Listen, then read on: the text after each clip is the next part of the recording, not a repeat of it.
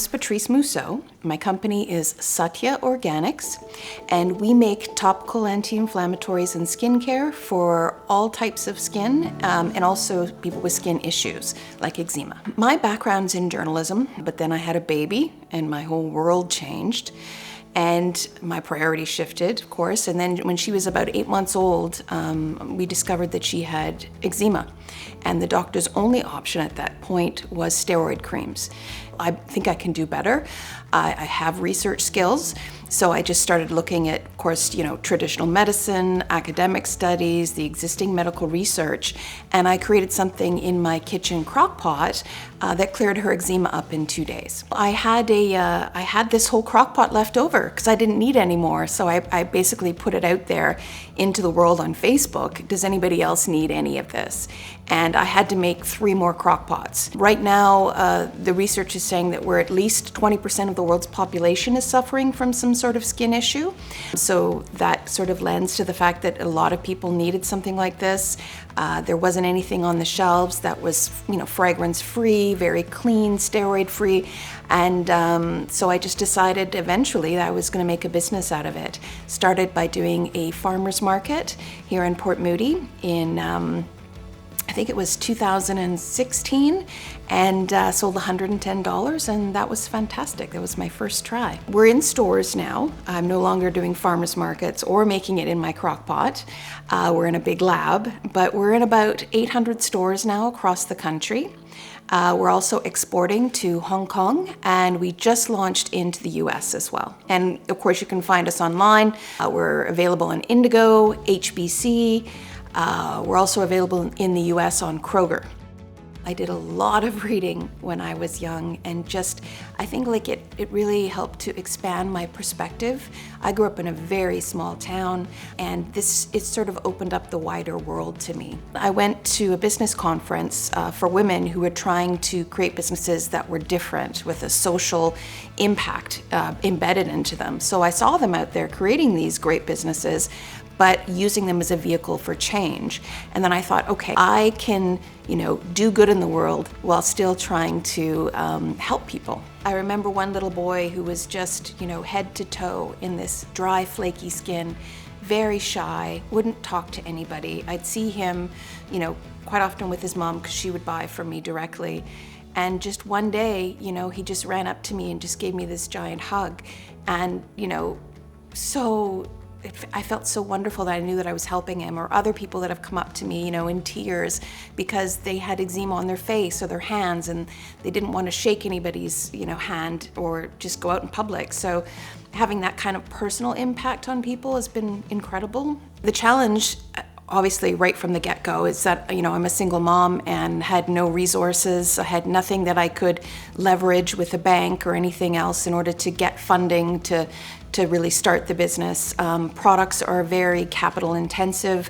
You have to have a lot of money to get started and going. So cash flow has always been a struggle for me and continues to this day. I mean, it's just on a larger scale. It's always, where are we going to find money to do the next thing? But also that's part of the great part about running a business is you're constantly challenged. You're never bored. You're always finding new things to tackle and take on and find in innovative and creative ways. I don't come from a business background. I don't have an MBA. I did not go to school for this. So for me, I'm always just kind of figuring it out. Just whatever way that it has to happen will happen. And I think if anything, that makes me probably a better entrepreneur because I can be more creative with that.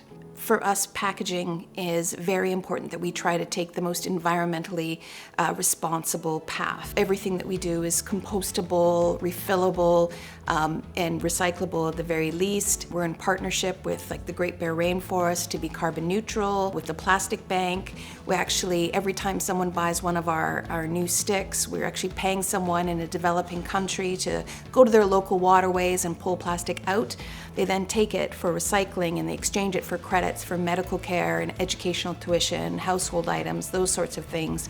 So we're having a direct impact not only on ocean plastic, but as well as global poverty. So those are the kinds of things that I'm particularly proud of. Running my own business has given me obviously some flexibility around the hours that I have to work.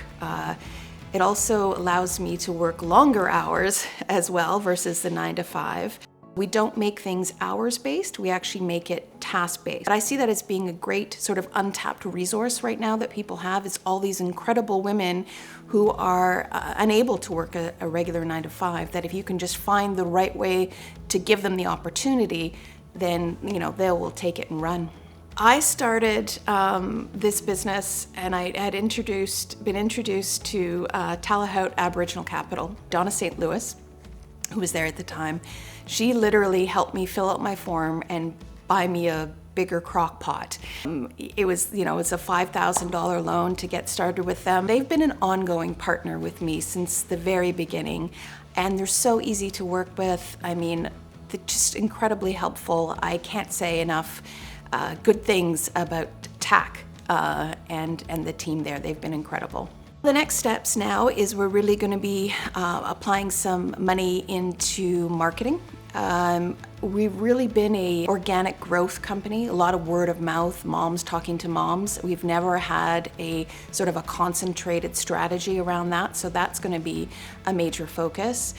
Starting your own business is fantastic, but there's a couple of things. Make sure that you are not terribly risk adverse.